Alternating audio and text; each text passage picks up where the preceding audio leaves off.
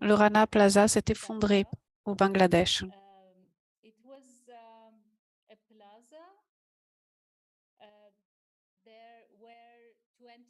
C'était un bâtiment qui hébergeait 29 marques internationales qui produisaient du textile et des vêtements. Et cela a produit la mort de centaines d'employés et une grande partie de ces employés étaient des femmes qui sont mortes écrasées par les décombres. D'autres employés ont perdu des membres, ils ont été blessés grièvement et ils ont perdu la capacité de travailler.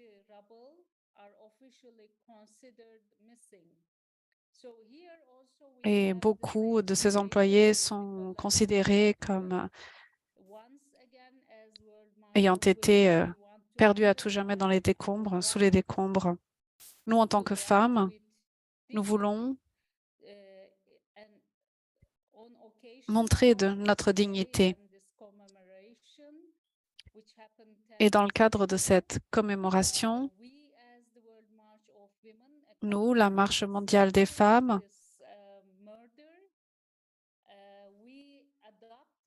avons adopté ce jour comme notre jour de marche internationale, de lutte et de solidarité internationale, lutte contre les grandes multinationales. Lors de notre réunion internationale assemblée, ont décidé de façon unanime d'organiser des activités et des événements pour ne jamais oublier cette date et ce massacre.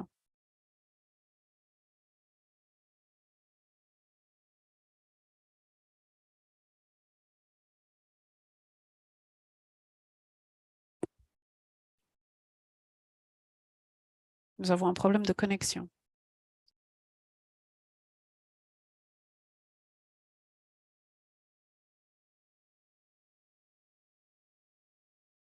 I can't hear Yildiz.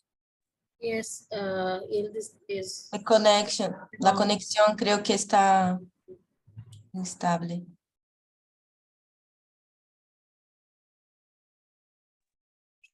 Yes, we ask few minutes to solve this problem. Oui, nous allons prendre quelques minutes pour résoudre ce problème.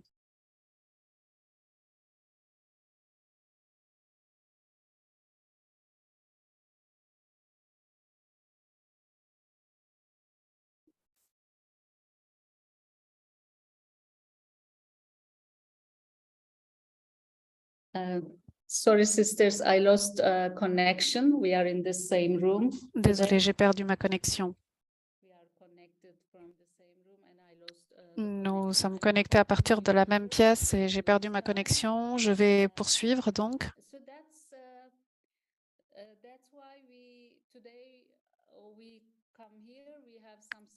C'est pour cela que nous sommes ici réunis aujourd'hui, parce que nous avons décidé d'adopter cette date comme étant notre date de commémoration. Plusieurs personnes du monde entier assistent à ce webinaire. Nous allons avoir plusieurs intervenants.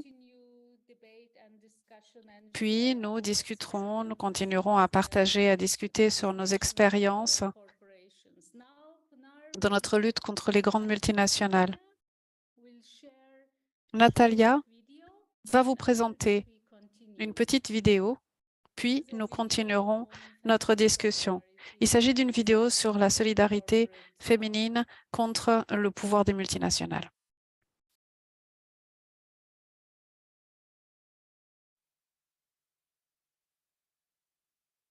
Controlled by large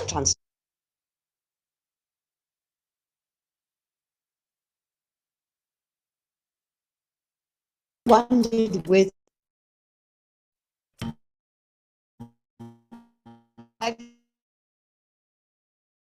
you ever wondered where the clothes you wear are made? La plupart des habits que nous fabriquons sont produits dans les pays du Sud comme le Bangladesh, le Vietnam, El Salvador ou le Honduras. L'industrie textile s'organise en grandes chaînes de production contrôlées par de grandes multinationales. Elles ont très souvent leur siège dans les pays du Nord, Zara, C&A ou encore Nike, mais elles donnent des parties à produire par des petites entreprises ou même des travailleurs individuels. Les conditions de travail sont mauvaises et très souvent elles sont les mêmes dans le sud global. Ils travaillent dans leur maison, dans des petites usines qui ne répondent pas aux besoins en termes de sécurité. Les différentes divisions du travail racial, sexiste sont derrière cette logique. Très souvent, les femmes sont des immigrants, des personnes de couleur noire. Les horaires de travail sont extrêmement larges et le syndicalisme est interdit.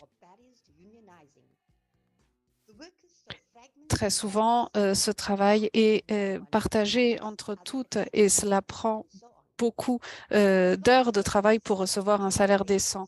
Les profits de ces entreprises sont extrêmement élevés et cela contribue à la précarité du Sud. Nous savons que ces conditions de travail sont souvent basées sur l'exploitation du coton qui consomme beaucoup d'eau avec des produits chimiques qui sont utilisés pour teindre les habits et le rythme de l'exploitation et de la pollution est de plus en plus intense et accéléré. Et ces vêtements ne sont pas faits pour durer. Il s'agit de la fast fashion. Et très souvent, les magasins proposent des cartes de crédit, ce qui crée un cycle d'endettement pour ces personnes qui portent des vêtements à la mode, mais qui sont purement endettées. Les différentes entreprises sont très souvent en proie au scandale avec des violations dans les droits de ses employés. Et cela a été le cas au Pakistan en 2002 lorsque un incendie a fait s'effondrer le Rana Plaza. Ce sont les mêmes entreprises qui dépensent beaucoup d'argent en publicité et en actions qui sont faites au nom des femmes et de leur autonomisation. Elles disent également qu'elles utilisent du coton écologique alors que très souvent, ils le produisent avec des pesticides et des monocultures. Elles doivent arrêter de nous tromper avec leurs couleurs alors qu'elles se basent sur l'exploitation, la violation des droits et la pollution. Nos luttes ne sont pas des marchandises. Nous résistons pour vivre et nous marchons pour transformer.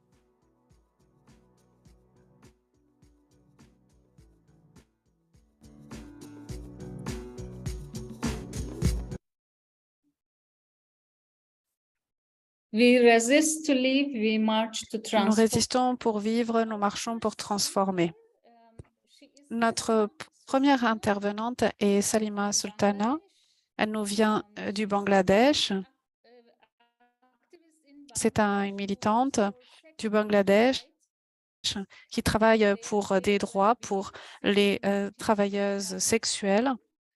Depuis 1997, elle a travaillé pour plusieurs organisations pour garantir des droits humains pour les travailleuses du sexe et elle travaille sur la prévention. C'est une spécialiste de la santé publique avec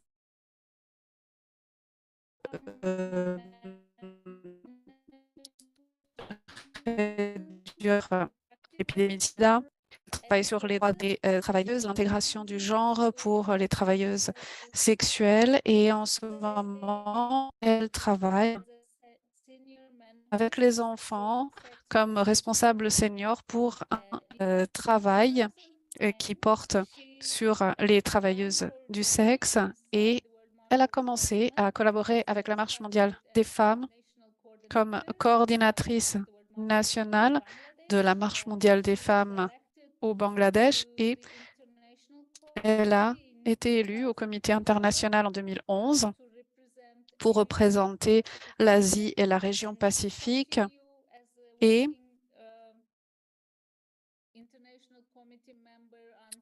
elle restera un membre elle est restée un membre du comité jusqu'en 2018. Donc, merci Salima d'avoir accepté d'être avec nous. What happened in Rana Plaza and also remembering that Tu vas nous rappeler peut-être ce qui s'est passé au Rana Plaza. Le 24 avril est une journée globale de solidarité pour la MMF. Thank you, Elvis, to introduce me. Merci de cette présentation Our today's webinar.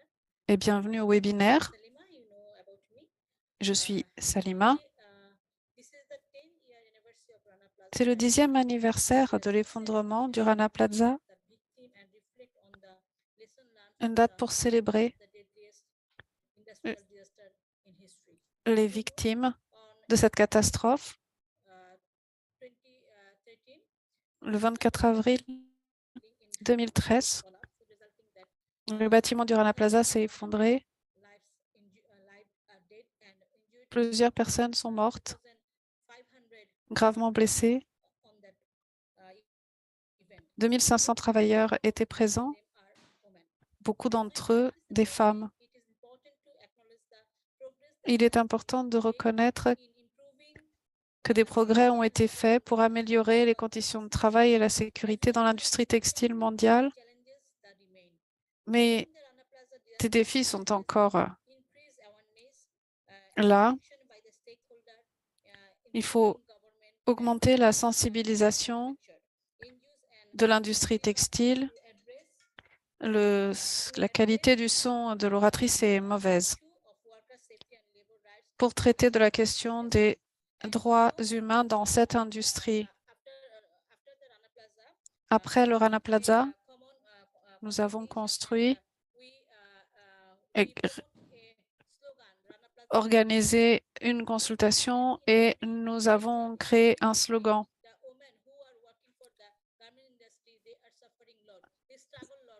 Les hommes et les femmes souffrent beaucoup dans l'industrie textile.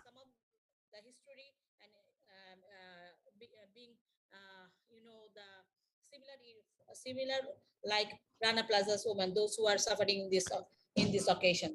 And after Des the événements du type Rana Plaza arrivent dans le monde entier.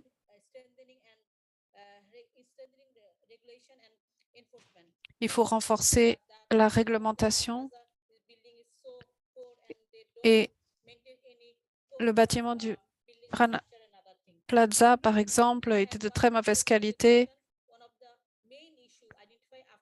mais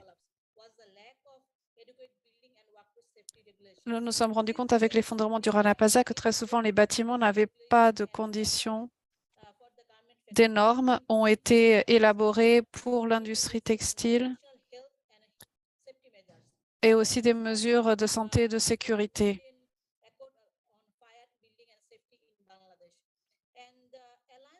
au Bangladesh. Et nous avons cherché donc à faire le suivi et à améliorer les conditions de travail au Bangladesh dans l'industrie textile. Il faut une norme globale et des réglementations aussi pour les fournisseurs.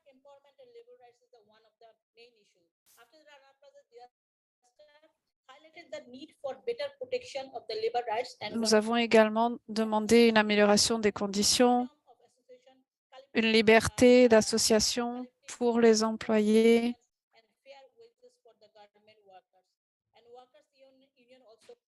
parce que très souvent, il n'était pas possible de faire partie d'un syndicat et de voir ses intérêts donc défendus auprès du gouvernement. Et il y a eu beaucoup de pression pour que les travailleurs puissent le faire et être traités avec respect.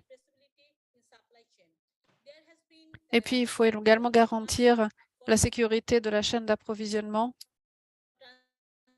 problème de connexion.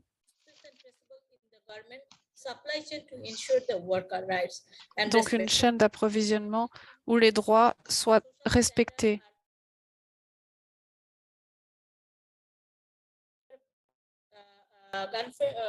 owner, they don't say anything about their about Et puis the très order souvent, information to the government garments worker.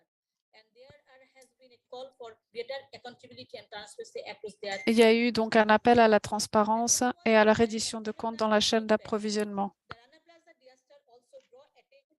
Le Rana Plaza a également mis en avant la question de la fast fashion et son impact environnemental, avec une demande pour une mode plus éthique, avec un approvisionnement de matières premières écologiques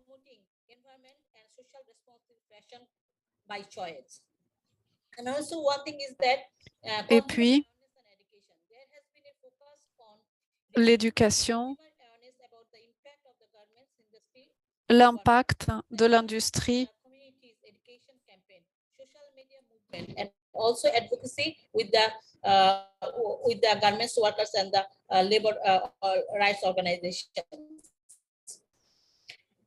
Whole process actually impact on their good environment and impact on their safety. Respectant des bonnes conditions de travail pour les travailleurs et les travailleuses.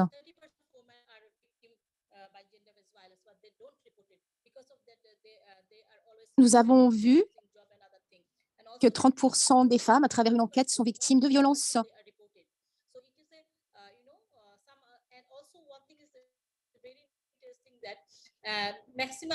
Autre chose qui est très intéressant est le fait que 70% des travailleurs et des travailleuses ne reconnaissent pas la violence et ne sont pas conscients ou conscientes qu'elles sont victimes de violences. Elles ne connaissent pas et elles ne connaissent pas leurs droits en termes de travail et autres. Beaucoup de choses se sont passées ici au Bangladesh.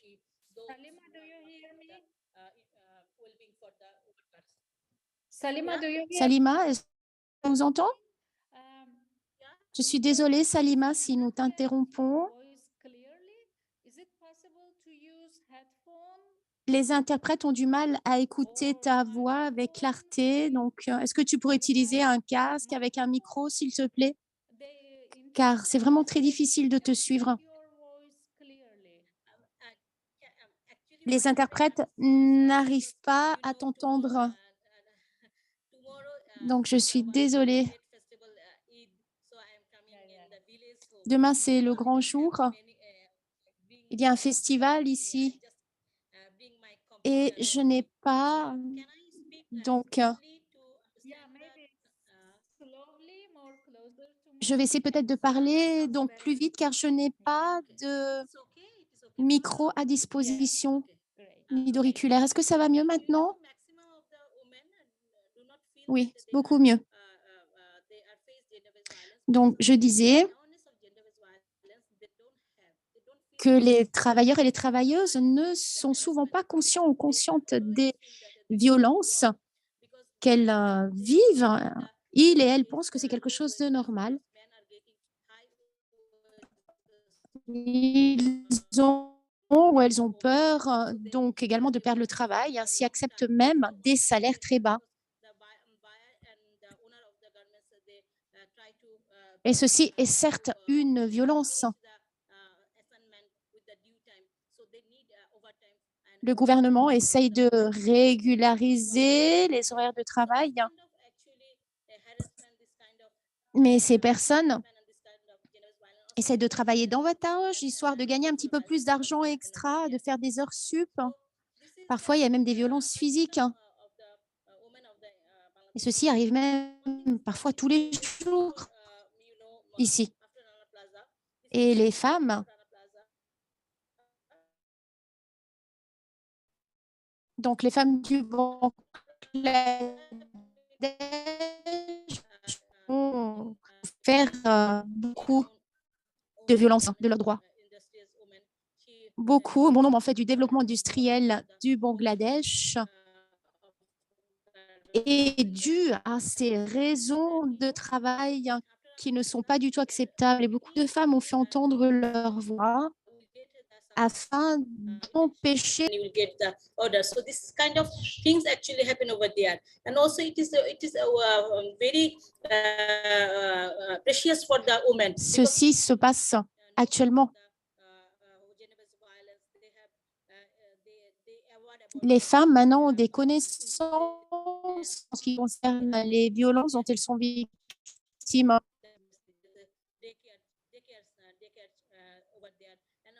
Il faut dire que les femmes ne veulent plus emmener leurs enfants à travailler textile.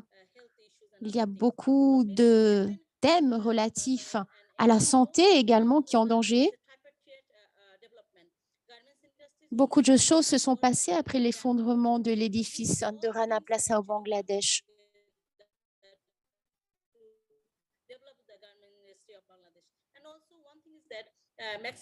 Ceci fait une grosse pression sur le gouvernement du Bangladesh.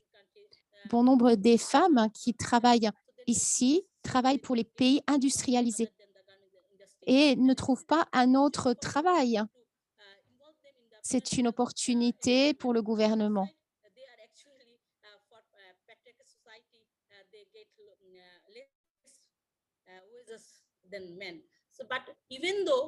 Parce qu'elles ne devraient pas avoir moins de droits que les hommes. Pourtant, elles ont moins de droits que les hommes. Maintenant, il y a des contributions financières aux familles. Donc, leur voix est davantage écoutée actuellement. Il y a donc une bonne évolution, je dirais. Je pense qu'il y a beaucoup de transformations actuellement au Bangladesh. Après tout ce qui s'est passé avec cet effondrement de l'édifice de Rana Plaza au Bangladesh. Bon, c'est tout ce que j'ai à dire. Merci beaucoup. Merci beaucoup à toi, Lima. Merci pour être ici et ce pendant tes vacances. Nous sommes en train de fêter la Saïd Saïd.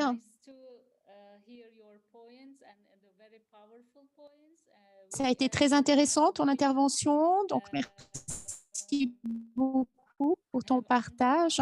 En tant que marche mondiale des femmes, on a donc généré beaucoup d'occasions.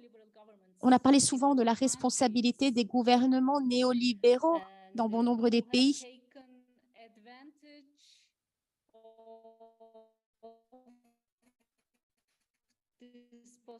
Et on a de femmes et qui ont besoin de moyens de subsistance et qui ne sont pas donc conscientes de leurs droits, et ce dans les pays pauvres.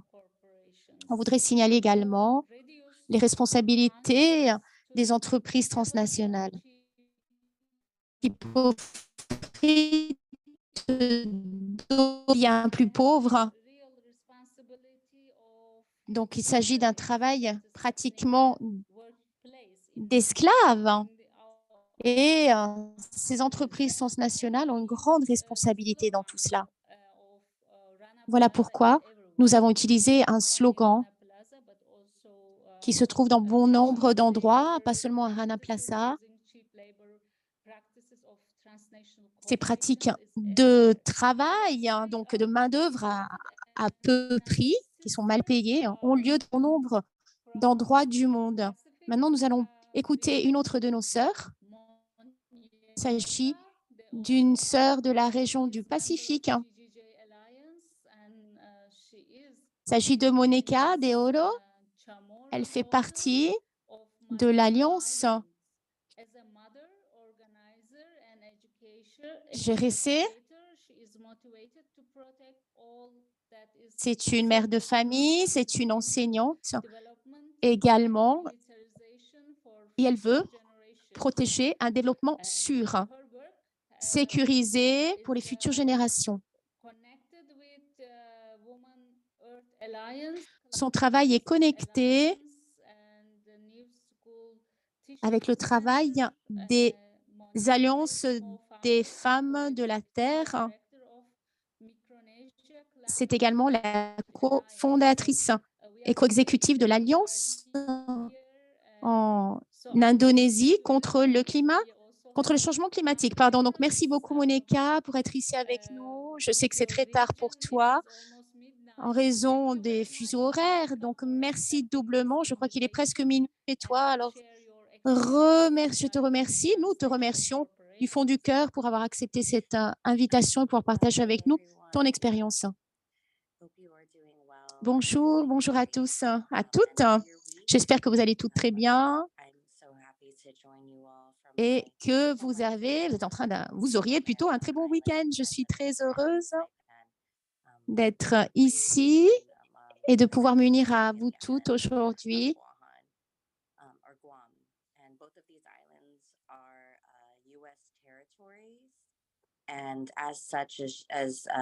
Donc, actuellement, là où je vis, en fait, ça fait partie de territoire des États-Unis. Donc, en fait, on est occupé.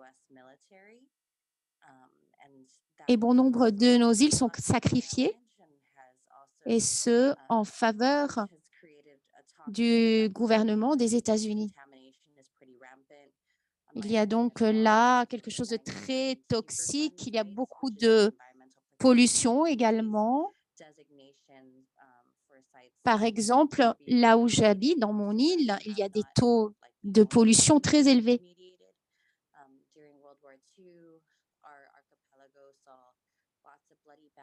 Et lors de la Deuxième Guerre mondiale, il y a eu beaucoup de guerres entre le Japon et les États-Unis. Et mes grands-parents ont vécu beaucoup d'atrocités pendant cette période. Et maintenant, on continue sous cette domination de la part des États-Unis.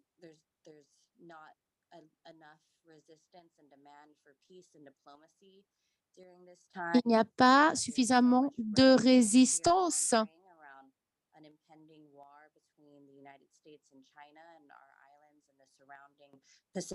actuellement. On souffre également beaucoup de tensions entre la Chine et les États-Unis. On la vit, nous aussi. En Australie, c'est le cas également. On souffre beaucoup de cette situation actuellement. Et le Japon et d'autres pays également montrent beaucoup de force. C'est quelque chose qui nous affecte beaucoup.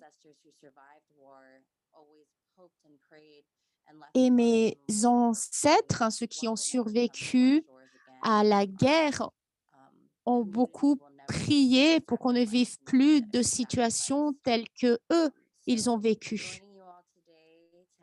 Ils ont prié pour que ce type de sacrifice n'ait plus lieu. Ainsi, aujourd'hui, on espère avoir plus de solidarité, une solidarité à l'échelle internationale. C'est notre souhait aujourd'hui pour qu'il y ait une responsabilisation de la part des militaires en ce qui concerne le changement climatique. Il faut vraiment qu'il y ait une responsabilisation ici pour que tout le monde respecte les accords, les traités signés, car il y a des traités qui disent que les militaires ne devraient beaucoup moins contaminer la planète. Ils sont protégés, ce n'est pas juste. Il y a beaucoup de pollution et aucune responsabilisation à cet égard. On parle de sacrifice ici, dans nos terres. Il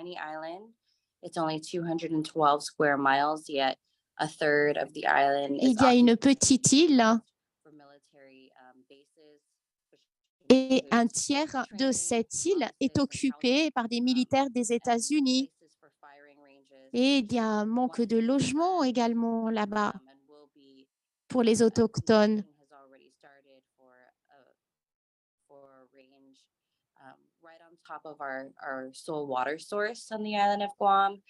Pour bon nombre de lieux, il y a donc une utilisation des réserves de l'eau. Il y a trop de bases militaires dans notre pays. Nous savons que la pollution est hélas garantie, de même que toutes ces contaminations. Ceci nous attriste énormément, car nos réserves d'eau sont très importantes pour nous. C'est très important pour alimenter nos communautés et pour des questions également d'hygiène. Et toutes ces eaux sont contaminées par ces militaires. Et il y a beaucoup d'eau qui va être contaminée. De plus, ceci va se passer à un moment où la crise climatique représente un grand défi. On voit l'augmentation des niveaux de l'eau, toujours plus de pollution de l'eau. Donc, tout ceci va avoir un impact non négligeable sur les communautés.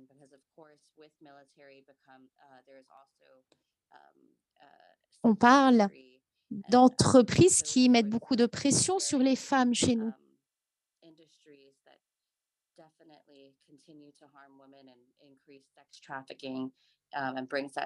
Ainsi,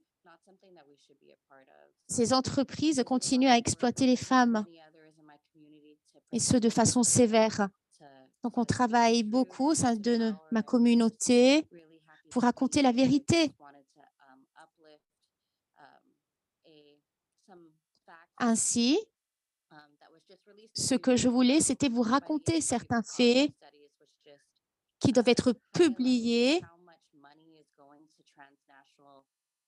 Il s'agit de voir combien d'argent vont aux entreprises transnationales pour l'industrialisation. Par exemple, Lockheed Martin, une entreprise, a des milliers d'euros pour 1 ou 2 dollars pour protéger le climat. Ou par exemple, si on voit tout l'argent qui est dépensé donc pour les militaires et pour la protection de l'environnement, on voit que beaucoup plus d'argent est dépensé pour les militaires et on parle là de millions de dollars américains qui vont donc pour les militaires. Et bien sûr, en ce qui concerne les fonds de coopération, on ne reçoit pratiquement rien pour l'éducation, ni pour pallier aux dégradations de nos communautés. On ne dépense pas assez pour la protection de l'environnement, puisque tous les fonds vont pour les militaires. Nous sommes en train de lutter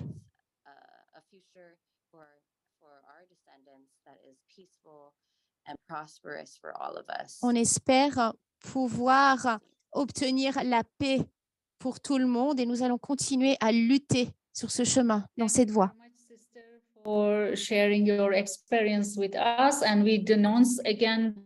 Merci de ce partage. Nous dénonçons une fois de plus l'industrie militaire comme étant un des principaux pollueurs dans le monde et les bases militaires détruisent nos terres natives, nos territoires. Des bases militaires sont établies près de nos ressources en eau et ces bases polluent nos territoires. Nous les condamnons une fois de plus et un de nos participants, Owen, a demandé si nous nous concentrons pendant nos luttes sur les entreprises multinationales militaires. Et c'est le cas depuis des années. Nous dénonçons les multinationales qui travaillent dans le secteur textile, mais aussi qui travaillent dans d'autres secteurs. Nous ne nous concentrons pas sur une multinationale. En tant que féministes, nous critiquons le pouvoir en général des multinationales au plan global, mais au niveau national, au niveau régional, au niveau national.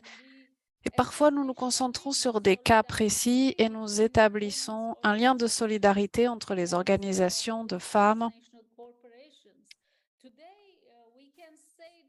dans notre lutte contre ces multinationales.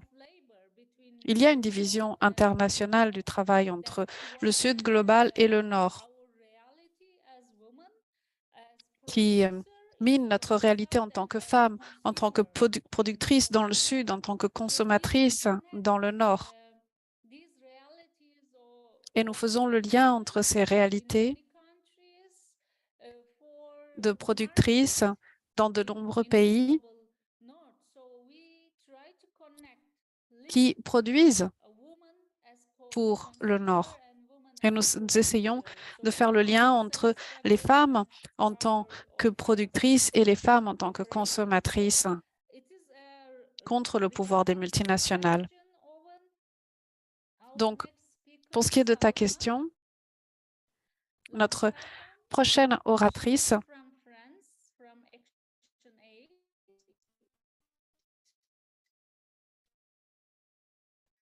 est française. Elle nous vient de l'ONG NIST qui cherche à lier les travailleuses féministes, les organisations du monde entier pour créer une voix féministe unie contre les multinationales. À ActionAid, elle est chargée de traiter des affaires juridiques contre des marques françaises, Yves Rocher et Auchan dans ce cas. Donc, il s'agit d'une marque de grande distribution.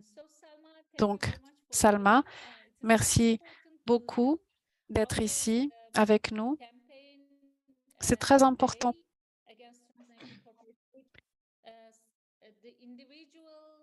de faire le lien entre les luttes individuelles et les luttes collectives dans le cadre de notre lutte contre les multinationales,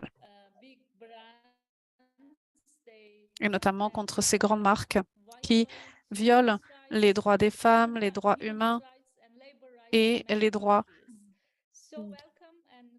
des travailleurs dans le monde entier. Bienvenue. Je te passe la parole. Merci beaucoup.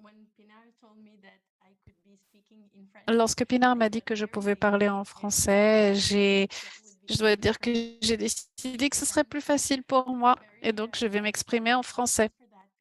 Et je m'en excuse dès à présent. Peut-être que cela donne plus de travail aux traductrices. So I'll switch to French. Donc, je m'appelle Salma et je suis chargée des campagnes droits des femmes au travail pour l'ONG ActionAid. Je suis féministe, je suis franco-marocaine et j'habite en France depuis 10 ans. ActionAid France, c'est une organisation de solidarité internationale. On soutient les femmes et les organisations qui les défendent dans leur mobilisation pour un travail digne, un travail sûr, un travail où il n'y a pas de violence de genre. Dans mon travail, moi, je suis particulièrement en lien avec les ouvrières qui travaillent dans les chaînes d'approvisionnement des grandes multinationales et des grandes marques. Donc, on travaille avec des femmes et des organisations qui les soutiennent, qui bossent dans l'industrie du textile, dans l'industrie de la cosmétique, dans l'industrie des jouets. C'est vrai qu'on pense pas, quand on pense au travail d'usine, le capitalisme et le patriarcat nous fait croire que c'est que des hommes en fait qui font ce travail-là. Or, les femmes sont majoritaires dans plein d'usines, certaines qu'on connaît comme l'industrie du textile, mais aussi dans l'industrie de l'électronique ou du jouet par exemple, où elles sont très très nombreuses. Dans l'agro-industrie aussi, mais je crois qu'il y a une copine qui va parler de ce sujet. Sí, ya la noto mejor. Me cuenta que a las 8 alors, de la si je suis mañana, ici, 8:30. il y a un micro, there's a mic that's open. Thanks so much. Donc, si je suis ici c'est pour parler de l'affaire Yves Rocher. C'est un peu difficile des fois de parler d'une affaire légale parce que moi, j'aime bien plutôt parler de mobilisation, d'organisation collective, de victoire syndicale, par exemple. Mais c'est vrai que le droit, c'est pas toujours très fun. Mais nous, on prend le parti de se dire qu'en tant que féministe, eh ben, le droit, il est là et en fait, il faut qu'on l'utilise pour mettre la pression et pour gagner, en fait. C'est comme ça qu'on peut aussi gagner face à la cupidité et l'impunité des multinationales. Donc, Yves Rocher, donc, énorme multinationale internationale. Et finalement, c'est une histoire. Cette affaire, aujourd'hui, elle en est à devenir un cas légal de droit, mais c'est d'abord une lutte et ça commence toujours par une lutte et c'est ça que, en tout cas, c'est sur quoi je vais vous parler aujourd'hui. Donc Yves Rocher, je crois que c'est plus de 3000 boutiques dans le monde, donc je pense que si on regarde dans les différents pays qui y sont présents, on réalise qu'on a des boutiques Yves Rocher un peu partout. C'est 17 000 salariés sans compter la sous-traitance et c'est plus de 3 milliards d'euros de chiffre d'affaires, donc énorme groupe, même si ici en France, leur image de marketing, c'est de dire on est une entreprise familiale, on imagine des gens dans une usine très mignonne avec les cousins, les cousines en train de faire des trucs pour les cheveux, des mascaras, etc. Or, c'est pas du tout ça. En 2018, les salariés de Flormar, qui sont principalement des femmes, qui donc travaillent toute la journée penchées derrière des machines archi dangereuses, avec à sentir, en plus de la poussière, des éléments très toxiques, très dangereux. En discutant, elles réalisent qu'elles n'ont pas été augmentées depuis plus de 15 ans. Donc, elles souhaitent ouvrir des négociations collectives avec l'employeur, l'usine, qui s'appelle Cosmar et donc qui se trouve dans la banlieue d'Istanbul, dans la banlieue qui s'appelle Gebze. Je dis ça, mais je sais qu'il y a des copines turques, donc si je dis des bêtises, corrigez-moi, n'hésitez pas. Et donc, elles veulent ouvrir des négociations collectives, mais ce qui est impossible sans représentant du personnel ou sans représentante du personnel. Elles se rapprochent donc du syndicat majoritaire, Petrolich, qui est très identifié, et elles commencent à négocier avec l'entreprise pour avoir un quorum représentatif et pour ouvrir une discussion sur le salaire. Le syndicat doit représenter au minimum 40% des effectifs, ce qu'elles vont réussir à avoir en organisant une campagne d'adhésion au syndicat. Donc, c'est lancé et donc là-dedans, on imagine des ouvrières qui se forment, qui discutent, qui se syndiquent et qui s'organisent en fait collectivement face au patronat. Et en fait, c'est cette organisation-là qui va donner lieu à une vague de répression syndicale phénoménale. En fait, Petrolich va avoir 150 adhérentes et adhérents très, très vite sur les moins de 400 employés qu'il y avait. Le ministère du Travail dit « Ok, c'est bon, Petrolich est représentatif ». Donc, on a l'État qui valide en fait la représentativité du syndicat. Et sauf que à Flormar, à Yves Rocher, on n'est pas très, très contente, quoi. D'abord, on va commencer par faire des petites vaguelettes de licenciement. On va licencier 12 personnes par là. Puis en fait, on va trouver des raisons tout à fait bancales, comme par exemple, on va dire à une salariée qui bosse depuis 8 ans dans l'usine, « Oh, bah finalement, en fait, on trouve que vous ne travaillez pas très bien et donc on va vous licencier. » Finalement, donc, il y aura 10 personnes par là, 10 personnes par là, jusqu'un jour, en mai 2018, où 65 personnes sont licenciées d'un coup et où on est plusieurs organisations dans le monde, y compris certaines en France, à suivre l'activité des multinationales françaises, à se dire, en fait, là, il y a un très gros problème et je dis ça parce que c'est important, la question de la solidarité internationale sur ce type de sujet. En Turquie, comme en France, et là encore, je me réfère aux copines turques, le droit à ce syndicat est garanti par la loi et par les conventions internationales. Mais c'est sûr que l'entreprise, c'est-à-dire Yves Rocher, s'est sentie confortable portée par un climat de répression des mouvements sociaux en Turquie et de répression syndicale. Et Yves Rocher, d'ailleurs, avait fait la même chose au Burkina Faso en 2005, donc 13 ans plus tôt, où pareil, en fait, répression syndicale. Et on voit bien le deux poids, deux mesures, parce que c'est des choses qu'elle ne pourrait pas faire en France. En France, c'est plutôt non, on réfléchit au bien-être des salariés, on réfléchit à ce que tout le monde soit bien au travail, etc. Mais dans les pays des Sud, on y va et on fait ce qu'on veut dans une logique néocolonialiste tout à fait évidente. Et donc cette lutte exemplaire va durer 297 jours. Les femmes occupent l'usine, l'entrée de l'usine, pardon. Elles tiennent un piquet de grève, elles se lient de solidarité. Elles font des trucs pour revendre, pour gagner un peu d'argent, pour faire vivre la lutte, etc. Et elles reçoivent donc le soutien de plusieurs organisations dans le monde entier. Ce qui va faire que le 8 mars 2019, en instrumentalisant très clairement la journée internationale des droits des femmes, Yves Rocher nous fait un communiqué de presse qui nous indique qu'en fait, on va donner des indemnités, etc. Et ça, c'est un gros souci que nos organisations partagent ici, c'est comment le capitalisme vient voler nos moments de lutte et nos moments d'organisation collective. Donc nous, on a assisté à ce truc-là, on a vu qu'il y avait des indemnités, elles étaient super basses. En fait, elles correspondaient au minimum légal pour les licenciements abusifs en Turquie. Mais en tout cas, ça a fait que la mobilisation est retombée un peu, mais il y avait plein de femmes et plein d'hommes aussi qui étaient très mobilisés et qui souhaitaient mener le combat différemment. Et c'est là où nous, en 2021, après de longs échanges, des allers-retours avec les ouvriers et ouvrières, beaucoup de discussions avec Petrolich, nous avons intenté commencer un procès contre, donc avec Sherpa, avec Petrolich et 34 ouvriers et ouvrières. D'autres continuent à se rajouter au procès avec ActionAid, donc nous-mêmes, et une autre organisation qui s'appelle Sherpa, c'est une organisation de juristes, parce que nous, on n'est pas juristes et en fait, on cherche à créer des alliances pour faire de la solidarité vraiment matérielle. Et donc, on les poursuit depuis mars 2021 pour une loi qui s'appelle le devoir de vigilance en France, qui est une loi assez unique, même si elle a pas mal de problèmes. C'est une loi qui rend responsables les entreprises des violations de droits humains et de dommages environnementaux qui sont engendrés par leurs activités et celles de leurs filiales, des sous-traitants, des sous-traitants, des sous-traitants du sous-traitant, etc.,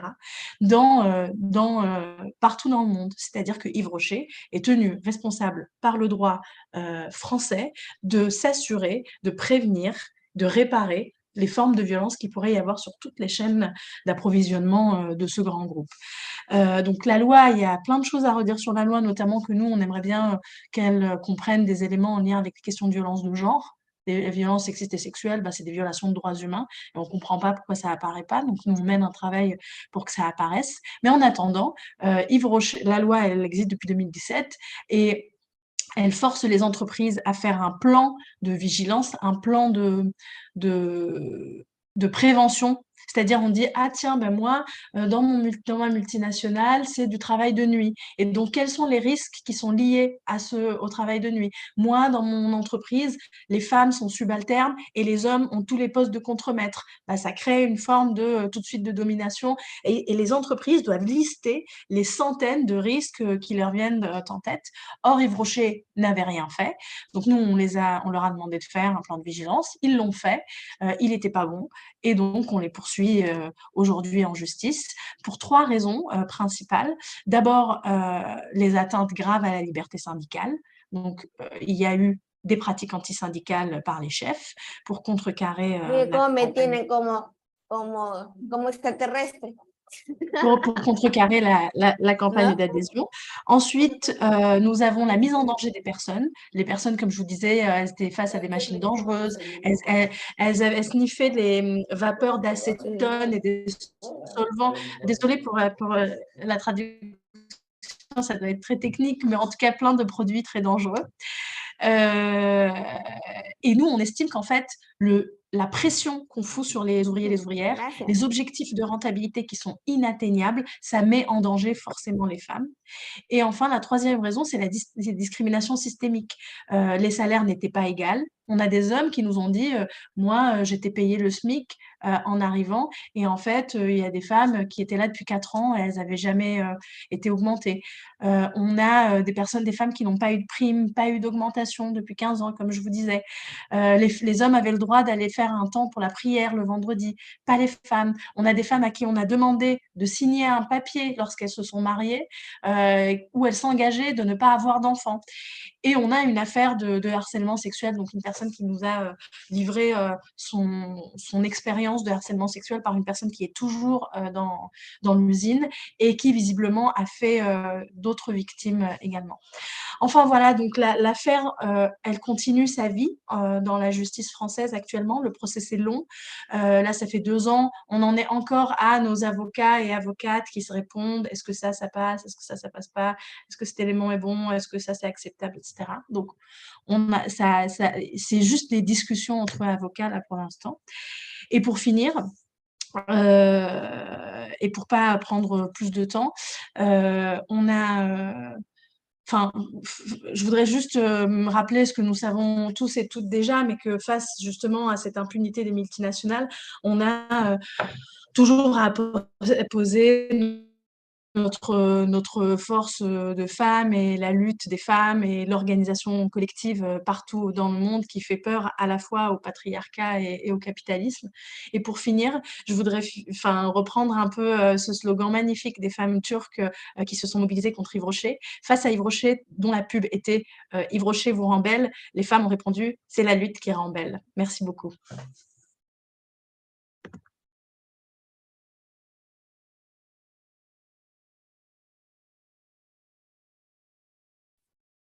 Thank you, Salma, for reminding that struggle. Merci, Salma, de nous rappeler cette lutte. C'est une bonne lutte qui porte sur le syndicalisme, sur le féminisme et l'alliance entre les deux. Nous avons agi de pair avec les syndicats. Et pour répondre à la question de Owen, une des luttes effectives à l'époque était le boycott de ces produits, ne pas acheter des marques Flormar. Flormar est une marque qui en Turquie, par exemple, appartient à Yves Rocher. Donc, c'est un lien que nous avons avec la France, cette marque, et c'est un des exemples de lutte réussie avec un lien entre lutte féministe et lutte syndicale, y compris en jouant sur notre pouvoir en tant que consommatrice, puisque le boycott est une façon extrêmement efficace de montrer notre solidarité vis-à-vis de ces travailleuses. Et puis, autre dimension de cette lutte, la solidarité internationale et notre lien avec Action Aid entre ici, justement, avec un lien avec les femmes françaises. Mais je suis sûre qu'il y a beaucoup d'exemples, beaucoup d'expériences dans d'autres pays de nos sœurs ici présentes, et n'hésitez pas à vous manifester et à partager vos expériences si vous le souhaitez. Nous avons Sefou du Kenya, de la Marche mondiale des femmes au Kenya. Bonjour Sefou. Bonjour. Je ne vais pas allumer ma vidéo à cause de la qualité de ma connexion Internet, mais avant tout, j'aimerais remercier les organisatrices de cet événement parce que c'est un événement très important. Commémorer ce qui s'est passé à Rana Plaza et continuer notre lutte contre les multinationales est très important. Vous avez parlé de la marque Flormar et quand j'étais plus jeune, peut-être il y a 5 ans, c'était une marque très représentée dans le pays et j'étais une de ces personnes qui achetaient ces produits parce que on pense que oui, ces produits-là vont nous rendre plus belles, etc. Et j'étais très, très satisfaite par ce qu'a dit notre oratrice qui dit c'est la lutte qui nous rend plus belles. Nous célébrons donc l'anniversaire de cette tragédie aujourd'hui. Cet effondrement terrible, mais aussi les femmes du Sud global qui sont la majorité des employés qui travaillent dans ces usines textiles avec des horaires de travail très, très longs, très difficiles. Et puis, cela me fait penser au système d'oppression qui nous oppresse en tant que travailleuses, mais aussi en tant que femmes. On a parlé du changement climatique, des guerres. Tout cela a trait aussi avec la défense de la terre-mère. Et celles qui sont le plus affectées par les questions de alimentation durable, de souveraineté alimentaire, de changement climatique, ce sont les femmes qui sont le plus touchées. Et c'est pour ça qu'il nous faut être solidaires avec les femmes qui travaillent dans le monde entier, y compris celles qui se trouvent au Bangladesh. Mais il y a des Rana Plaza dans le monde entier et c'est cela qu'il faut faire ressortir et contre quoi il faut lutter. Et j'aimerais ici dire la chose suivante.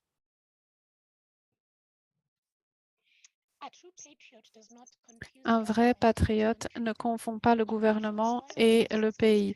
La loyauté d'un patriote vis-à-vis de son pays implique justement une reddition de comptes du gouvernement, c'est-à-dire que c'est à nous de rendre nos gouvernements responsables, et pas uniquement nos gouvernements d'ailleurs, il faut le faire au plan international. C'est pour cela que nous luttons contre le système impérialiste. C'est grâce à cela que les femmes vont travailler dans de meilleures conditions, car celles qui travaillent pour si peu, dans des conditions si horribles, et le peu d'argent qu'elles font, c'est choquant parce que tout ce profit va nourrir le capitaliste, les impérialistes, les propriétaires de ces usines, quels qu'ils soient, que ce soit Rana Plaza, l'industrie textile, Flormar ou d'autres dans l'industrie de la beauté, dans l'agriculture. Maintenant, ce sont les aliments qui sont exploités comme des marchandises et nous voyons toujours que les femmes sont tout en bas de l'échelle et le profit va aux impérialistes et toute la valeur qui est créée par ces femmes, cette valeur ajoutée. Et il faut travailler ensemble parce que ce système se manifeste partout dans le monde. Voilà ce que je voulais dire. Il faut lutter contre ces systèmes d'oppression au niveau international, mais aussi au niveau national. Et je suis heureuse que nous puissions nous réunir et discuter entre nous et trouver des façons d'agir. Et le simple fait de savoir comment se manifeste cette oppression est important et cela nous permet de mieux défendre notre terre-mère. Et puis, j'aimerais vous inviter, pour ce qui est du changement climatique, à faire la chose suivante. Dans la vidéo que nous avons vue au début de ce webinaire, ici au Kenya, nous sommes confrontés à la crise de la souveraineté alimentaire. Les prix alimentaires sont extrêmement élevés et notre gouvernement a rendu légal les OGM, ce qui pour l'instant était impossible, impensable. Et pourquoi? Parce qu'ils travaillent de pair avec des organisations internationales comme Monsanto, qui pourtant a été vilipendée. Donc nous voyons cette question des multinationales est là, présent dans nos vies et nous devons nous liguer pour lutter contre elle. Merci beaucoup. Merci, c'est fou. Nous savons qu'il y a beaucoup de luttes contre les corporations et les multinationales dans leurs projets pour épuiser nos ressources, détruire nos terres. Mais ces luttes internationales doivent être coordonnées au plan international de façon à pouvoir porter.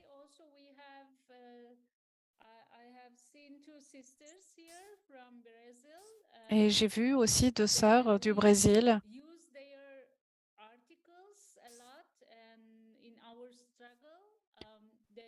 Nous avons beaucoup utilisé leur travail et leurs articles dans notre lutte. Elles ont notamment publié un livre sur les critiques féministes contre le pouvoir des multinationales. Aujourd'hui, nous avons Malou, Saria, Atika Moreno aussi qui sont là avec nous. Est-ce que vous souhaitez commenter, dire quelque chose? Malou et Tika.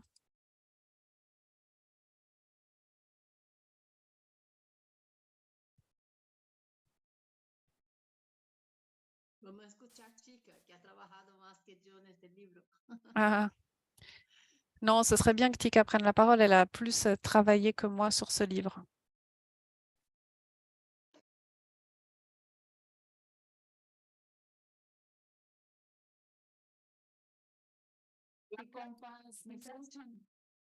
Est-ce que vous m'entendez?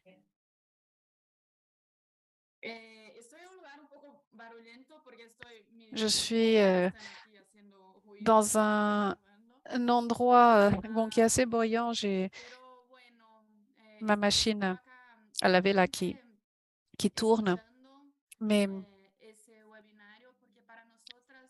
je n'étais là que comme auditrice parce que pour nous, le 24, qui a lieu en réalité dans 3 jours, est un jour de lutte. Et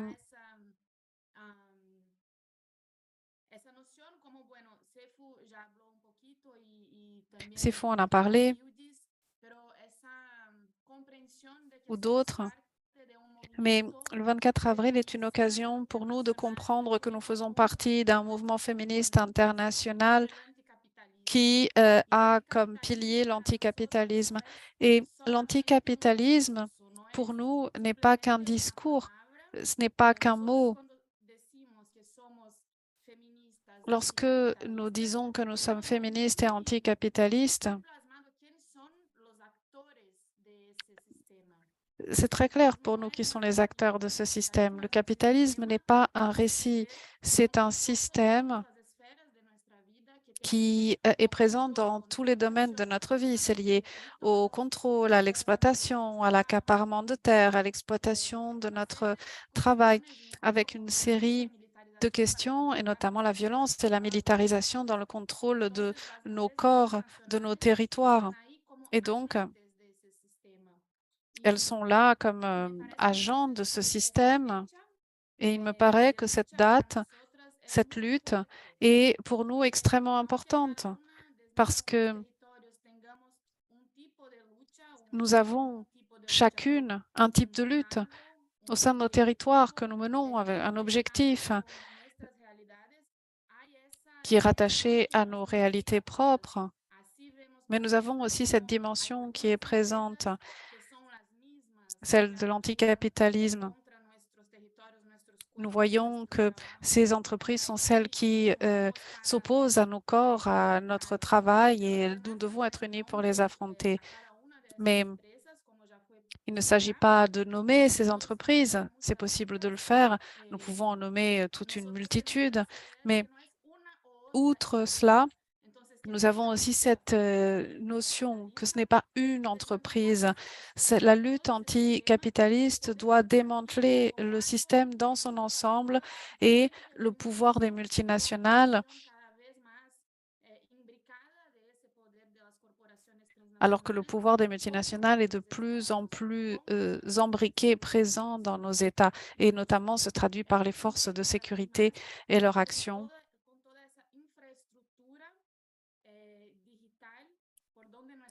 Et aussi passe par cette infrastructure numérique tellement présente dans nos vies. Et nous voyons d'ailleurs que plusieurs entreprises sont aujourd'hui acteurs du colonialisme numérique. Et nous travaillons aussi là-dessus, bien sûr.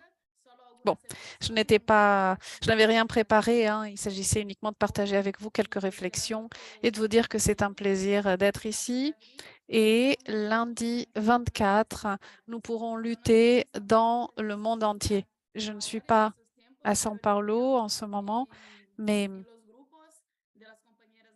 je vois dans les groupes des camarades au Brésil qu'il y a de fortes mobilisations. Certaines sont d'ailleurs ici.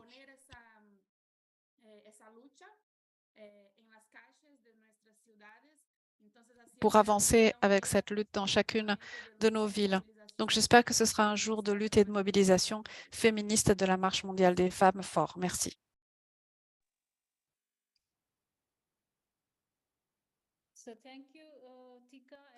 Merci beaucoup. Maintenant, nous donnons la parole à quiconque des différentes parties du monde qui souhaiterait prendre la parole. J'ai vu des sœurs d'Amérique latine, des États-Unis également.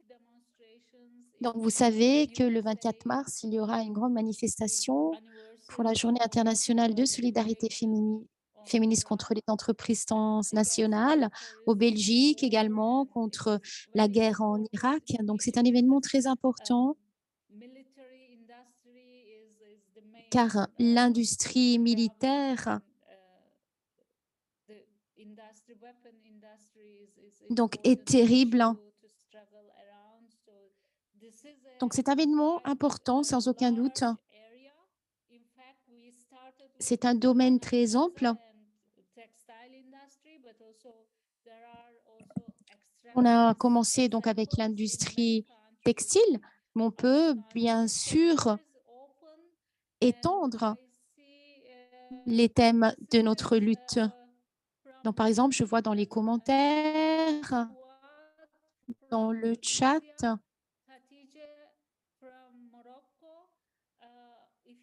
donc on a également une sœur du Maroc. Il y a beaucoup d'exemples à partager en termes de lutte. Donc, quiconque souhaite prendre la parole, vous êtes les bienvenus, mes sœurs.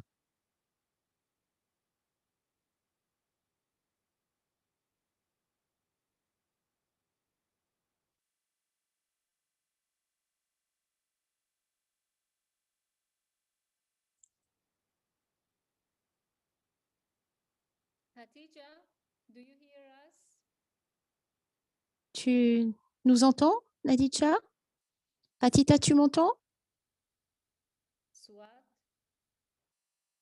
Swat, est-ce que tu m'entends, toi? Oui, Swat, vas-y, je ne sais s'il pas, te est-ce que plaît. vous m'entendez bien? Swat, Parce que vous m'entendez bien? je me trouve chez ma famille parce que c'est le jour de l'Aïd aujourd'hui.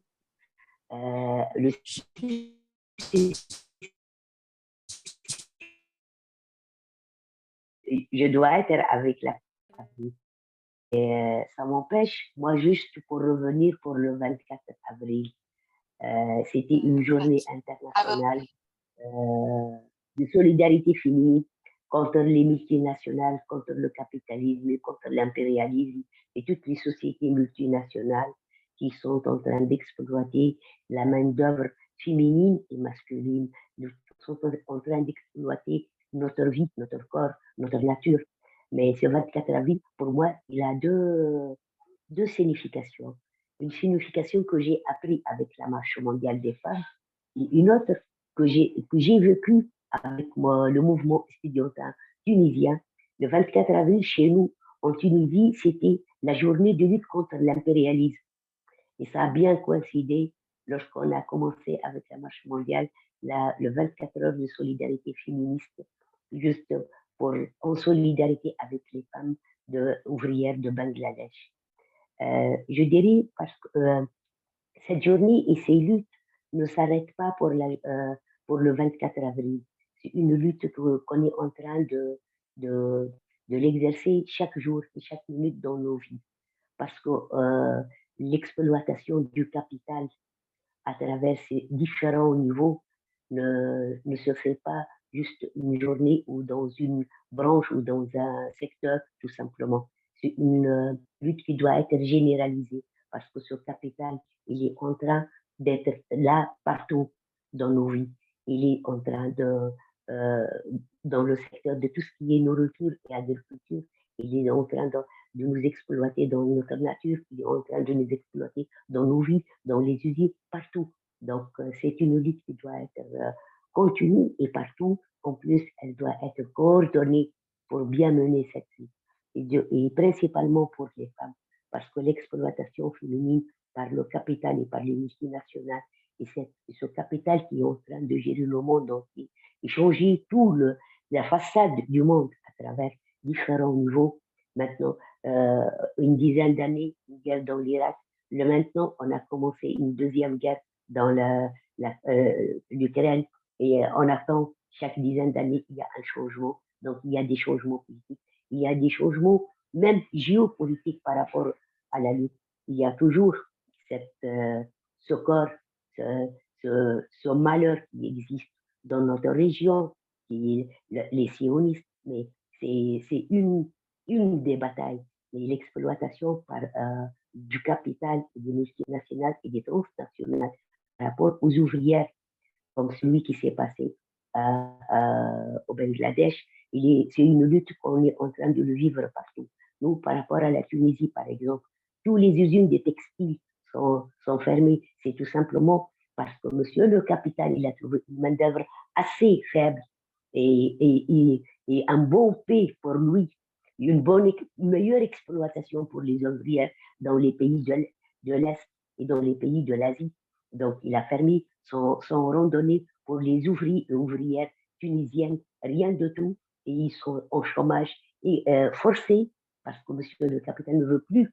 Le marché tunisien ne lui va plus. Et du coup, on y assiste à un gros problème par rapport aux ouvriers licenciés sans embauche avec des familles. Et ces familles-là sont maintenant dans la pauvreté et dans la nécessité parce que le monsieur le capital, il veut changer de place. Il n'a pas de territoire, le capital. Et ça, c'est une des caractéristiques de l'État impérialiste du capital. La même chose par rapport à tout ce qui est agriculture et tout ce qui est nourriture. Avec le changement climatique qui existe bel et bien maintenant, on y assiste. Nos semences locales, elles ne sont plus valables pour être semées et récoltées. C'est tout simplement parce que le capital, il a tout fait pour à travers la partie, lorsqu'on était colonisé directement, donc il a collecté toutes les semences locales. Et celles qui lui va, il les a hybridées pour qu'elles reviennent chez nous maintenant sous forme de sachets et c'est vendu et elles sont stériles, elles ne peuvent pas être reproduites d'une année à l'autre. Donc c'est une deuxième des exploits. Donc nous on assiste par exemple en Tunisie à semer des semences tomates qui s'appellent Bochra, à semer des semences de piment qui s'appellent Baklouti. C'est des noms vraiment tunisiens et ancrés dans la Tunisie. Mais c'est des semences qui n'appartiennent plus à la Tunisie. Et ça, c'est une autre manière de marchandiser notre nourriture, de marchandiser notre agriculture. La même chose maintenant, on a un gros problème en Tunisie on va le voir les prochaines années, c'est par rapport à l'eau et qui constitue un gros problème. C'est un problème naturel, de par la nature et de par l'impact du changement climatique dans les capitalistes et les pays riches. Ce sont eux qui ont causé tous ces problèmes par rapport au changement climatique, mais ce sont nous, les pauvres, et les pays pauvres qui sont en nécessité, qui payent la redevance. On paye la redevance par rapport à nos semences, on paye les redevances par rapport à notre nature, on paye la redevance même en ayant soif parce qu'eux, ils veulent nous exploiter et exploiter nos terres et nos territoires par rapport à leurs besoins, eux, et ce n'est pas aux besoins des peuples qui sont en train de travailler. En plus, avec le gros problème, c'est qu'on ne peut plus exercer les mêmes types d'agriculture dans nos territoires parce que cette agriculture, elle n'est plus rentable, mais en même temps, on ne peut plus leur satisfaire parce qu'on n'a plus d'eau pour satisfaire les cultures qu'ils ont. Si on va planter ce qu'ils veulent, c'est que nous, on va avoir soif. Et ça, c'est un autre problème qui se pose par rapport au changement climatique et par rapport à l'agriculture. Mais cette lutte pour la non-marchandisation de notre alimentation, c'est une des luttes parce que ce sont les femmes qui sont les plus touchées par rapport à ces problématiques et à cet impact néfaste par rapport à l'agriculture, par rapport à la nourriture et par rapport à l'environnement. D'autres problèmes qui sont similaires et qui partent dans le même sens par rapport à tout ce qui est exploitation des forêts en Amérique et d'autres produits de la nature qui existent partout dans le monde, mais ça part dans le même sens parce que c'est l'exploitation. La base de l'exploitation, c'est elle qui nous lie. Et notre lutte à travers différents aspects de lutte, que ce soit pour la non-marchandisation de notre nourriture, que ce soit la non-marchandisation de notre nature, que ce soit par rapport au changement climatique, par rapport à l'exploitation des ouvriers et ouvrières, par rapport à l'exploitation de nos corps, de par le système patriarcal qui est le plus soutenu et qui soutient le système anticapitaliste, capitaliste et impérialiste. Donc, toute cette lutte, elle se tient la main et elle fait une chaîne qui renforce le féminisme et qui nous renforce dans la marche mondiale. Et c'est là qui fait notre force par rapport au 24 avril, et une journée vraiment de lutte contre l'impérialisme, de lutte contre les produits de l'impérialisme, qui sont les multinationales qui sont en train de gérer tout ce système capitaliste et tout ce monde-là. Donc tout le monde en est exploité de par ces systèmes multinationaux qui n'a pas de territoire et qui n'a pas de pays, mais c'est un système qui exploite le monde entier. Et je crois que si un jour j'ai cru que ouvrier de monde, initiez-vous, c'est maintenant, c'est l'État, et c'est effectivement, c'est l'État où on peut dire ce slogan qui devient de plus en plus réel, parce qu'effectivement, si on n'est pas solidaire de par le monde ouvrier et ouvrière, et tous les peuples qui sont en lutte, c'est qu'on ne peut pas vaincre ce capitalisme, on ne peut pas vaincre ces multinationales qui sont en train de s'ancrer dans nos vies et de nous exploiter comme des vampires.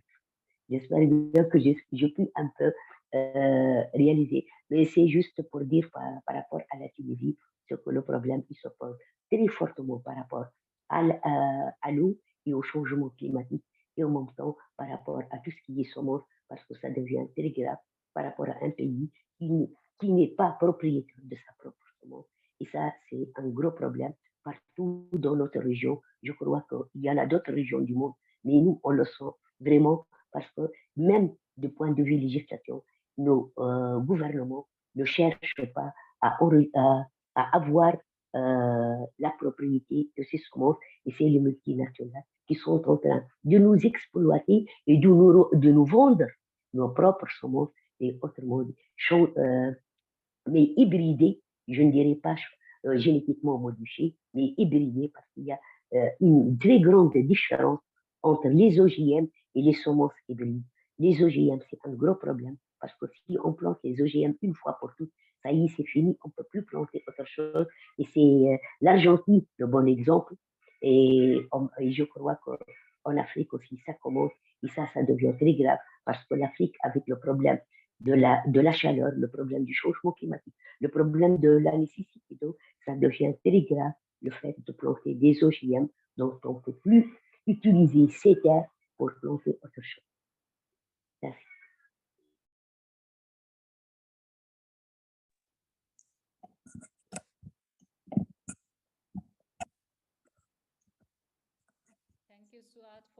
Merci Souad pour ta contribution. Vous avez bien indiqué à quel point le patriarcat est présent encore et exprimé donc à travers ces entreprises transnationales. Lorsque nous parlons du conflit au sens large,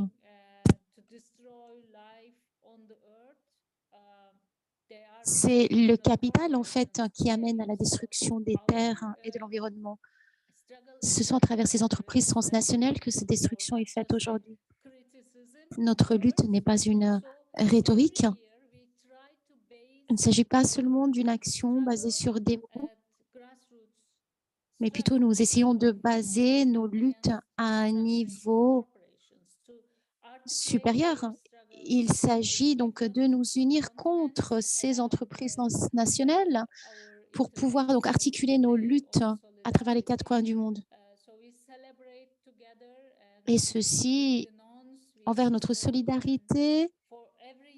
Voilà pourquoi nous dénoncions certains faits et que chaque année, nous exposons des réalités. Nous sommes de plus en plus donc compromises dans ces luttes et nous pensons vraiment que le pouvoir des femmes qui luttent à la base constitue la seule force possible pour transformer le monde,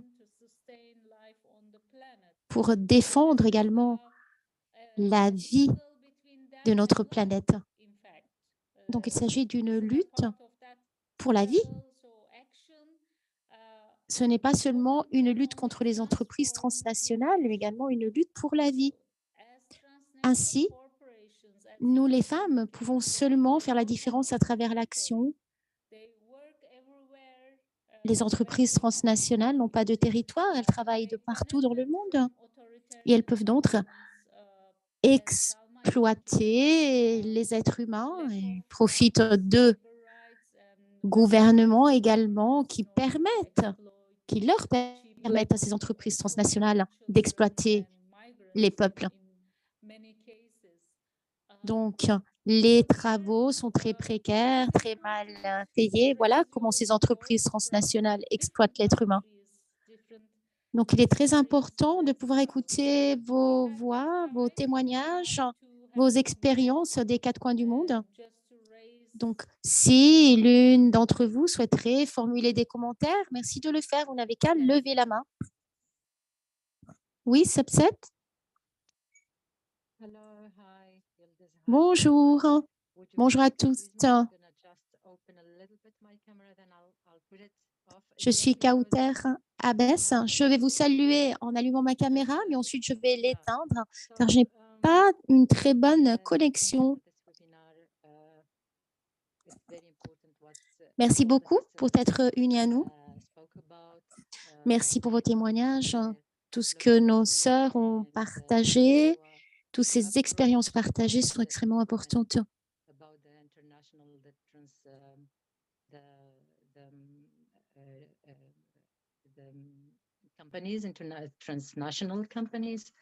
Important d'avoir une idée des tactiques des entreprises transnationales, de même que leur stratégie.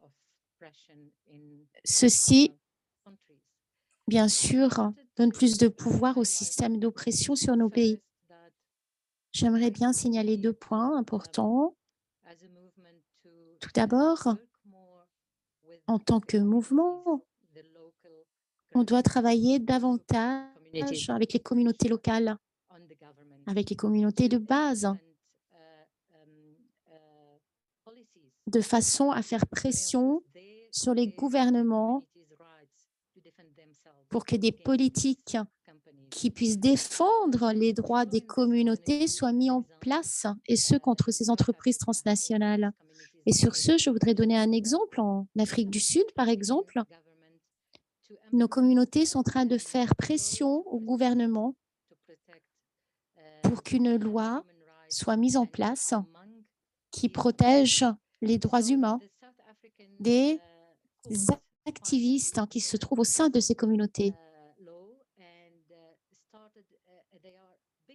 Ainsi, il y a un avancement en Afrique du Sud à cet égard.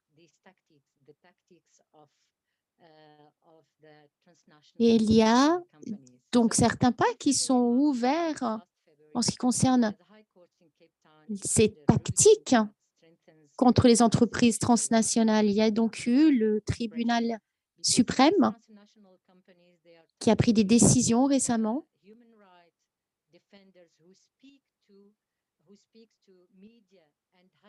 Il y a eu des sentences qui ont été lancées en ce qui concerne les droits des travailleurs et des travailleuses. Il y a beaucoup d'activistes qui travaillent à cet égard et qui expliquent les menaces que ces activistes eux-mêmes souffrent de la part des entreprises transnationales. Dans bon nombre de cas, c'est le cas. Il y a eu même des cas de meurtre de ces activistes en faveur des droits humains. Ainsi, le tribunal d'Afrique du Sud a pris quelques décisions. Il y a eu d'ailleurs un cas d'une entreprise australienne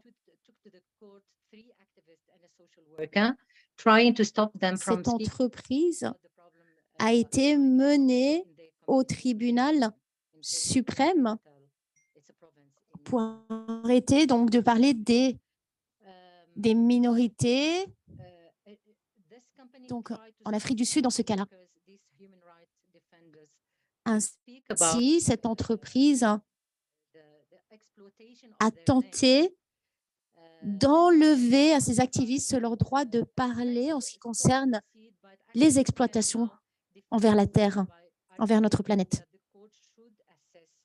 Maintenant, les activistes peuvent se défendre et s'exprimer à nouveau.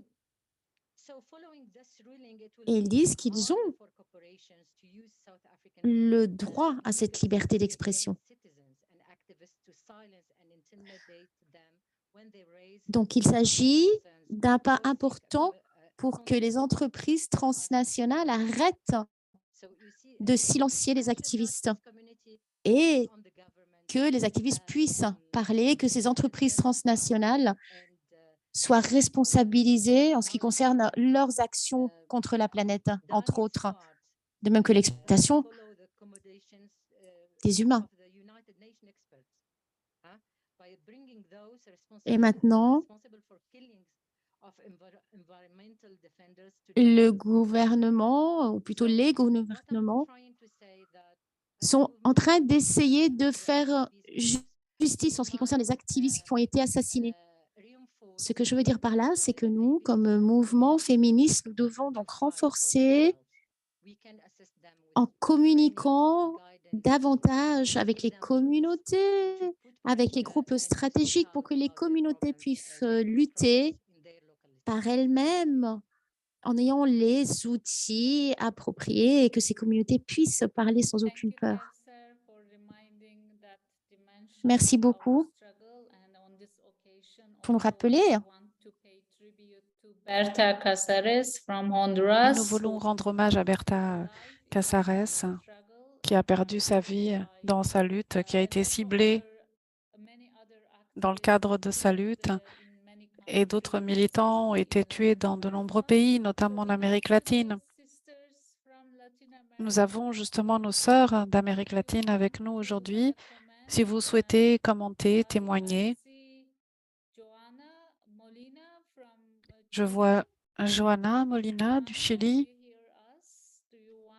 Johanna, est-ce que tu nous entends? Est-ce que tu veux commenter?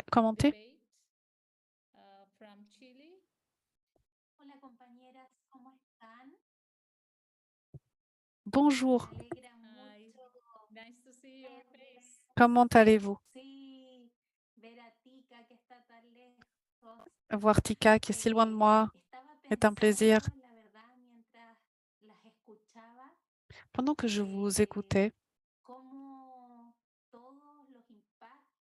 je me disais que les impacts du capitalisme, du patriarcat, très concrets, très visibles sur nos territoires, sont très forts et ils ont également un impact très fort sur nos corps. Et il y a environ un mois, nous avons commencé à travailler avec des sœurs qui sont dans le sud du Chili et qui sont basées sur un archipel, une toute petite île assez éloignée. C'est vraiment un endroit merveilleux, très très beau, entouré de mer, de végétation. Et cette beauté du paysage est en opposition totale avec l'industrialisation qui s'y est faite parce que nos camarades nous disaient qu'elles ne pouvaient pas profiter de cette nature parce que si elles se baignaient, elles ressortaient de l'eau avec leur peau complètement abîmée. Et la façon dont la biodiversité a été complètement détruite sur place, l'invasion de bactéries dans les eaux est vraiment terrible. Et nos camarades sentaient une angoisse profonde vis-à-vis de la façon dont leur environnement, leur habitat était détruit, la façon dont le tissu social en souffre également. Et comme tu l'as très bien dit, notre lutte n'est pas rhétorique. C'est une lutte pour la vie et c'est une lutte très, très concrète.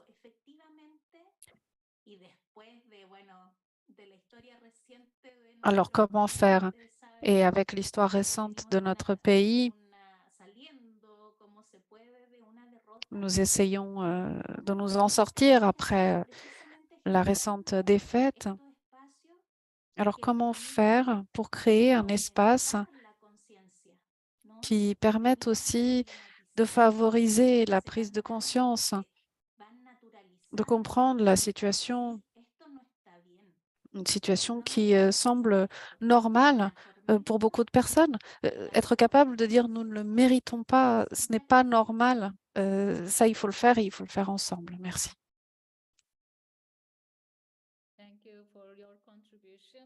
Merci de ta contribution.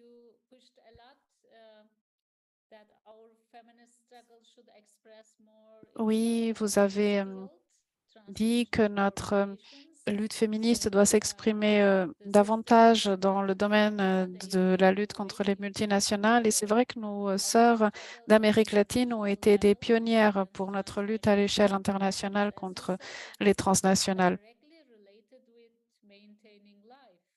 Et c'est une lutte pour la vie, comme tu l'as très bien dit.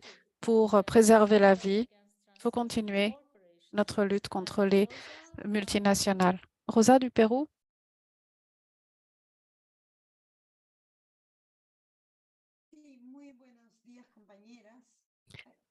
Bonjour.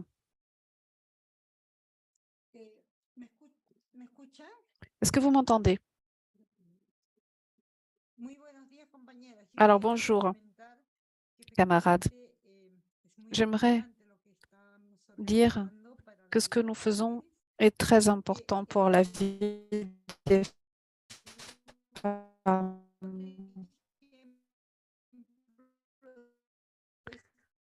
Au Pérou, par exemple, la pétrolière et de raffinage a eu un accident avec une fuite très importante qui a touché le littoral péruvien où travaillaient beaucoup de pêcheurs artisanaux, des femmes qui travaillent sur la plage aussi, pas uniquement dans le secteur de la pêche, mais elles trient le poisson, elles font des filets de poisson, elles emballent le poisson pour ensuite le revendre dans les restaurants, les magasins ou sur le marché. Et l'entreprise n'a pas reconnu ces femmes comme ayant subi des dommages et elle n'a reconnu que les pêcheurs. Et ensuite, elle a voulu leur donner un peu d'argent pour les calmer, mais elles n'ont eu droit à aucune indemnisation. et elles ne peuvent pas être indemnisées puisqu'elles ne font pas de la liste des impactés selon cette entreprise.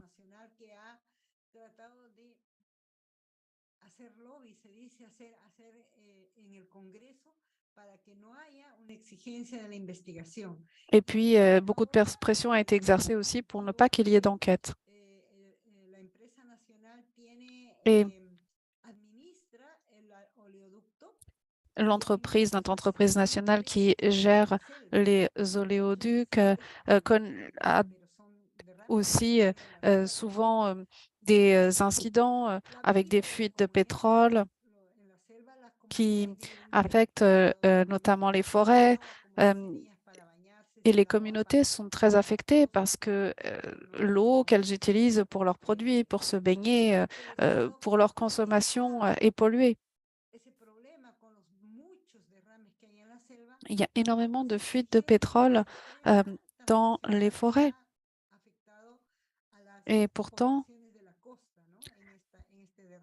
l'État ne rend pas ces entreprises coupables et responsables. Il y a une complicité vis-à-vis de ces entreprises qui ne sont pas forcées à rendre des comptes aux populations auxquelles elles nuisent. Et le 24, nous allons nous rassembler avec des sœurs sur cette plage où il y a eu cette marée noire.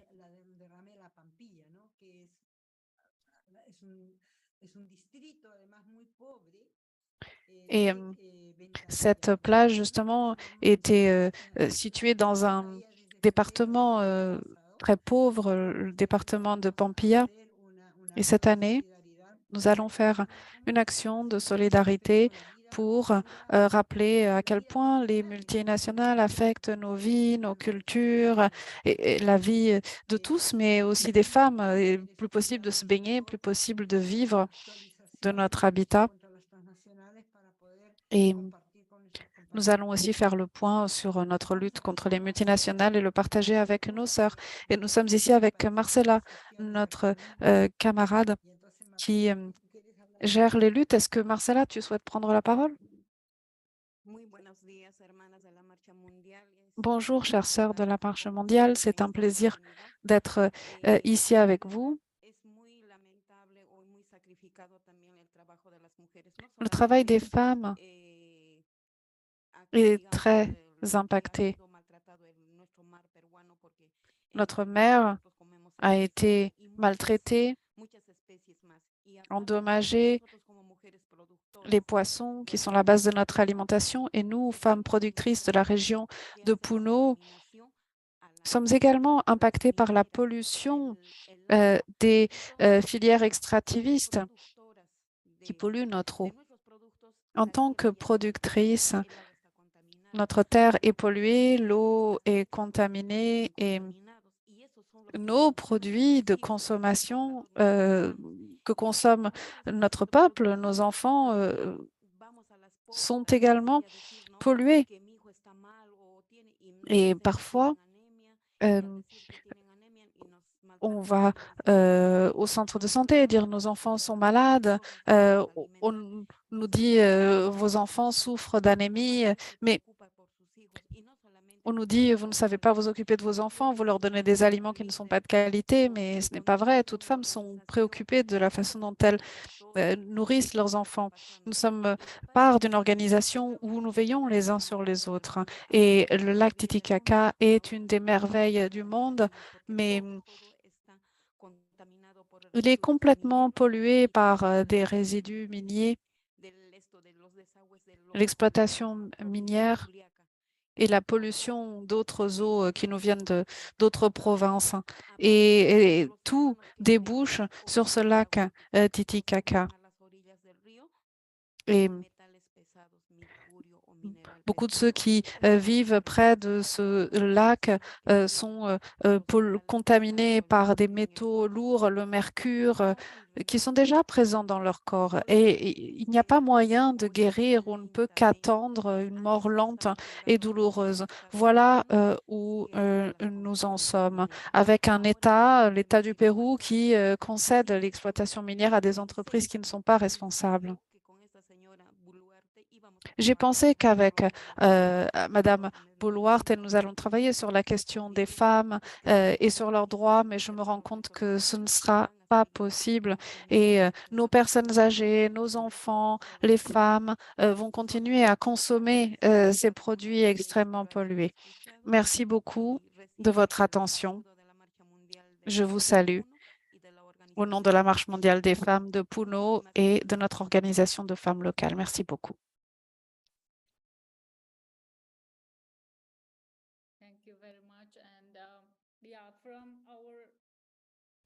Merci. Dans notre expérience, nous savons que les motivations qui sont derrière les coups d'État contre les gouvernements démocratiques sont souvent l'exploitation, l'extractivisme des gouvernements élus démocratiquement sont mis à mal de façon à prendre le contrôle sur les populations, sur les territoires et les ressources naturelles.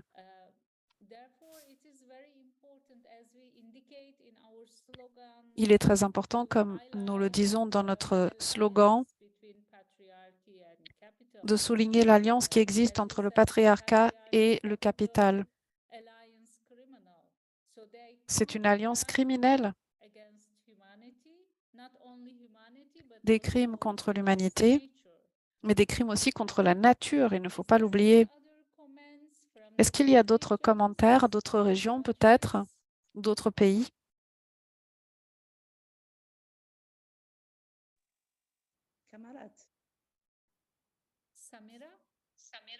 Samira? Oui, bonjour. Bonjour à toutes les camarades.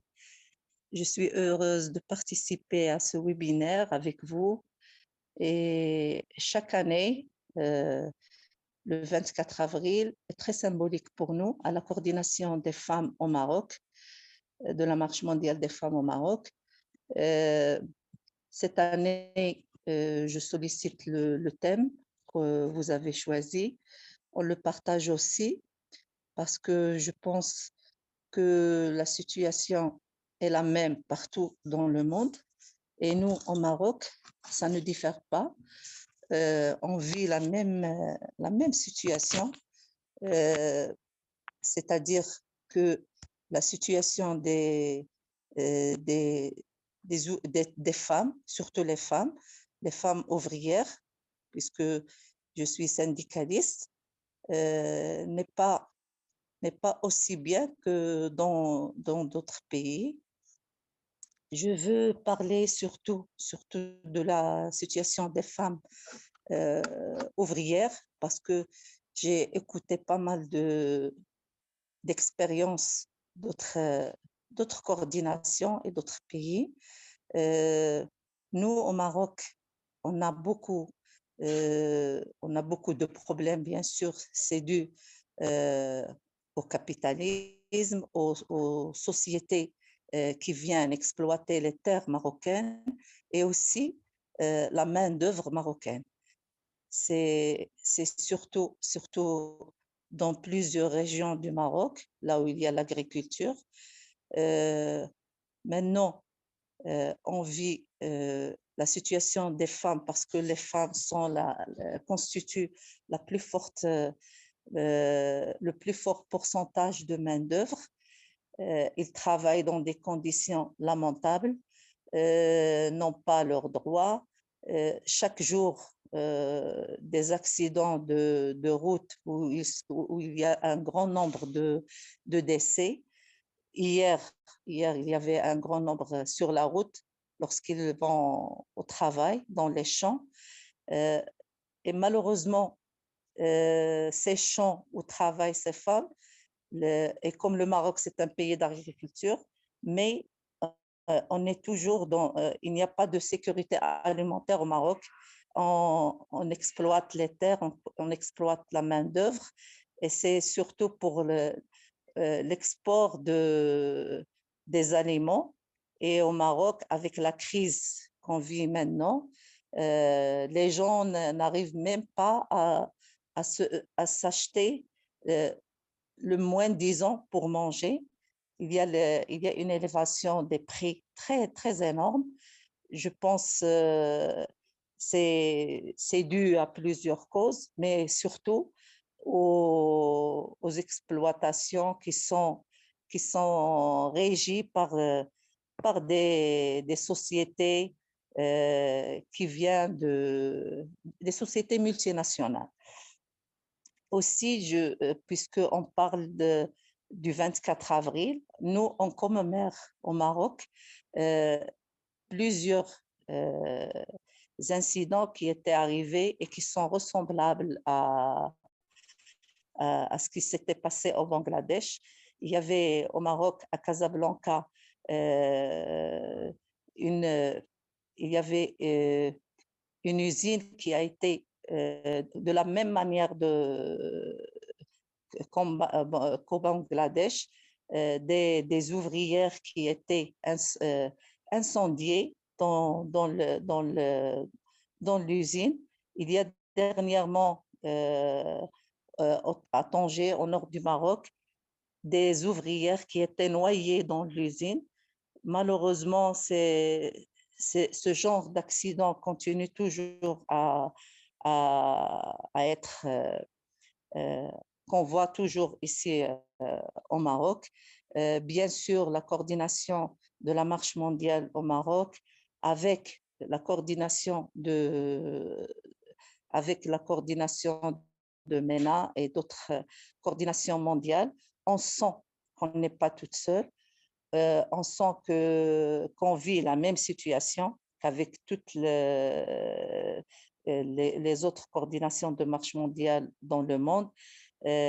Donc, on ne peut pas changer on peut pas changer ce que vivent les femmes au Maroc qu'en coordonnant, bien sûr, qu'en faisant coordination avec au niveau international pour dénoncer ces exploitations et pour lutter ensemble. On y croit tant que sans une coordination féminine internationale, on ne peut pas changer le survécu des femmes marocaines. Donc, je vous remercie infiniment. Bien sûr, le 24 avril, on a des activités qu'on va commémorer au Maroc par des visites chez des femmes qui ont été privées de leurs terres. Et on va partager avec vous, bien sûr, des activités qu'on mène ici au Maroc. Vive la lutte féminine et merci de votre attention.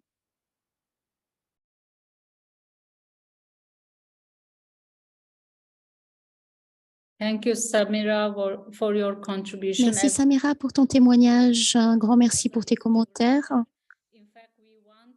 Tel que nous le disons, l'exploitation est aux quatre coins du monde. Voilà pourquoi il est important de souligner ces faits. Aujourd'hui, les femmes travailleuses vivent et travaillent dans les mêmes conditions qu'il y a de cela des centaines d'années en arrière. Voilà pourquoi nous devons réagir. Ces conditions de travail précaires existent de partout. Voilà pourquoi notre slogan est important, celui de dire justement que l'exploitation existe de partout dans le monde. Et nous envoyons donc toute notre affection à toutes ces sœurs qui ont partagé leur expérience, en dépit qu'aujourd'hui, c'est la première journée de Had-Hid. Donc, des vacances de Had-Hid.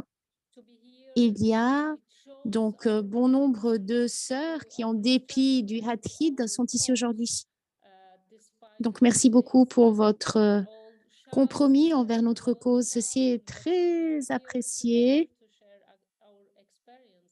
En dépit de ce jour de fête, vous êtes là pour partager votre expérience. Donc, un grand merci à vous. Donc, nous partageons ce slogan sur le fait qu'il n'y a pas de libération solitaire, mais plutôt une libération conjointe. Voilà, pourquoi il est important d'articuler nos expériences et d'apprendre les unes des autres pour obtenir des résultats, pour qu'on puisse enfin avoir une stratégie optimale en ce moment pour notre lutte contre les entreprises transnationales. C'est le thème de notre réunion d'aujourd'hui. Donc, nous allons clôturer maintenant nos réunions d'aujourd'hui et nous continuons notre lutte. Et merci à vous toutes pour être ici, pour avoir été ici aujourd'hui, pour avoir partagé votre expérience, de même que votre enthousiasme. Merci à vous toutes. Au revoir. Thanks everyone. Bye bye. Thank you, everyone. Merci à toutes. Merci à vous.